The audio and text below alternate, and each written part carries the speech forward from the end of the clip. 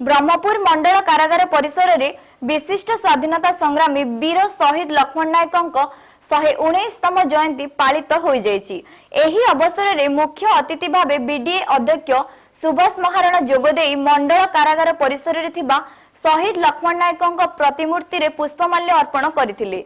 सम्मानित अतिथि रूपे ब्रह्मपुर विधायक डॉक्टर रमेश चंद्र चाउ पटनायक, दक्षिणांचल कारागार आरक्षी उप महानिरीक्षक रघुनाथ माझी, ब्रह्मपुर उपजिलापाल दिगंत राउतराय, ब्रह्मपुर मंडल कारागार कारापाल शशिकांत महालिका, ब्रह्मपुर आकाशवाणी केन्द्र सह निर्देशक ऋषिकेश पाणिग्राही प्रमुख उपस्थित थिले।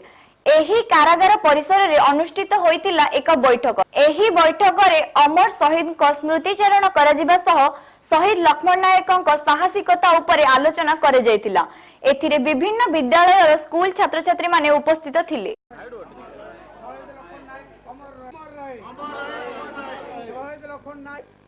देश सेवा नारे देश कोठे पढुथिबी 77,000 कोटी भारत गवर्नमेंट पछरे गोटे पंजाबी गोटे गुरुद्वारा अछि।